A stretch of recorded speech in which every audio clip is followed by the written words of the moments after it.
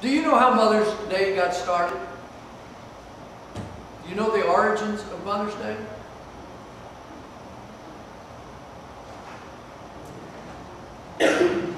Anybody? I'm looking.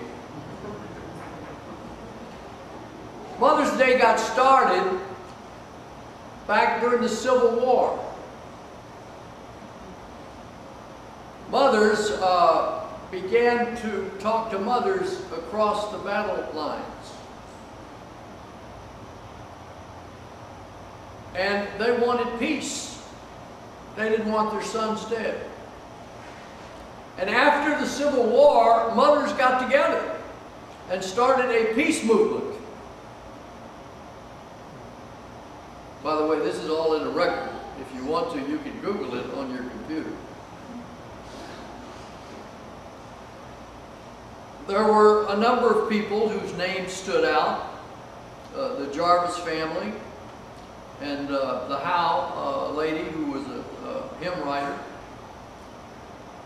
And they struggled with this because there were people who didn't want this to happen, mainly men. And they began a peace movement. And Mother's Day grew out of that.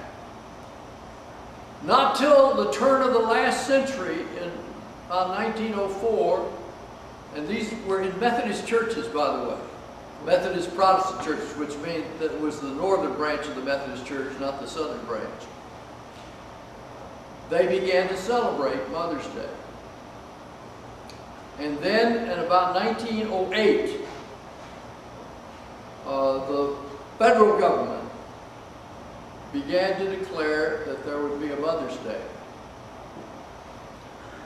In a lot of ways, it had transmuted by then to being a kind of honoring of mothers, but the women's movement had taken off at that time. And the suffrage movement and the temperance movement, both which came out of the church because of women, because of mothers, was beginning to grow. And finally, Coolidge and later Wilson affirmed that we would have Mother's Day on the second Sunday in May. Thought you might like to know that. Mothers are an important dynamic in the civilizing process.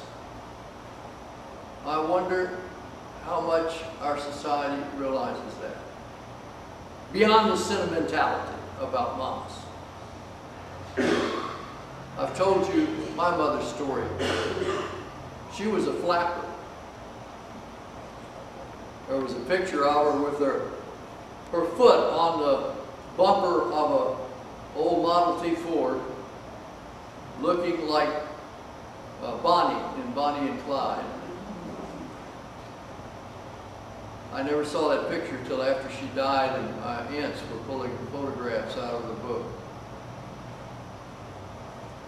And then she had 2 children, and by the time a year after she had me, she looked like an old woman. And she worked as a waitress and gave her life in many, many ways to bringing us up. Dad was an alcoholic, wasn't always there. Mama was always there. And she made a difference in life. You want it louder? You can't hear. Por favor. Okay. All right. Is this louder? Can you hear now? Okay. That's my mama's story. And my mama also was always honest. You know what that means? You had a mama who was on you? If you made a mistake, she told you in ways that you will never forget.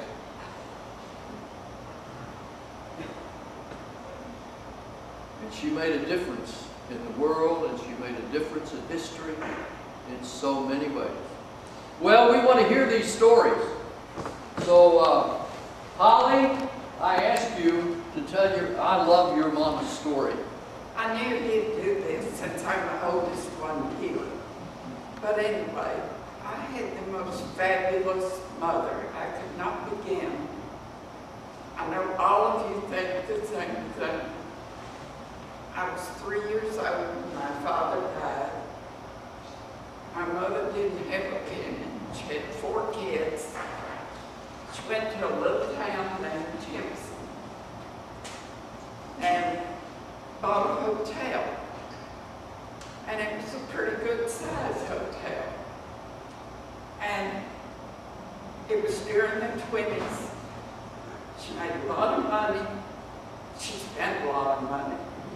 She bought a car.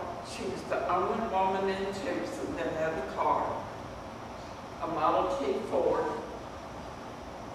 She thought she was so cute, and everybody else did too. They loved to come to Mama's hotel. In the 30s, she sold it. She worked so hard, always, to raise the 4 kids. And all 4 of us, at least, we grew up fairly well and did pretty well. I'd love to, it didn't take too long to tell you what all I remember about my mom. But anyway, she was a fabulous, fabulous woman. I'll follow that with 2 very short stories about my mother, Polly. One very recently happened a couple of years ago on Christmas Eve. Some of you may remember this.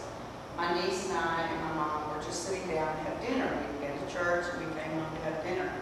And Mom, of course, forgot something and had to get up and get it. And she fell and broke her hip. And she was lying on the floor. Her head was under the buffet because we were afraid to move her. Our dinner was totally untouched. So the EMT came and some neighbors saw, the EMT, so they all rushed over to see about it. So my mother's lying there on this cold floor, head's under the buffet, remember? And the only thing she could think of to say is, y'all please sit down, we have some chili with us. We have more wine for you if you like it. You know how she talks sometimes, like that. So that's my mom. Regardless of what she's going through, she wants to make sure that everyone else feels welcome and feels at home in her home. The second story involves this church. And this is back in the 1960s, I think. We joined the church in 1953 when we moved to Austin. And in the 1960s at some point, I'm sure George can probably give you a little story on this. We were Asbury Methodist Church. And at some point, the conference decided that we needed to join forces with the African American Conference. And so we became the Asbury United Methodist Church. It was a huge movement. And in that time, we lost membership because there were those people who did not want to be in a church that was welcoming to other races. And I remember very clearly having a family meeting and my mother saying, this is a woman who was raised in deep East Texas. And my mother said, we're not leaving this church. We're welcoming whoever wants to come into this church, and we're here for them.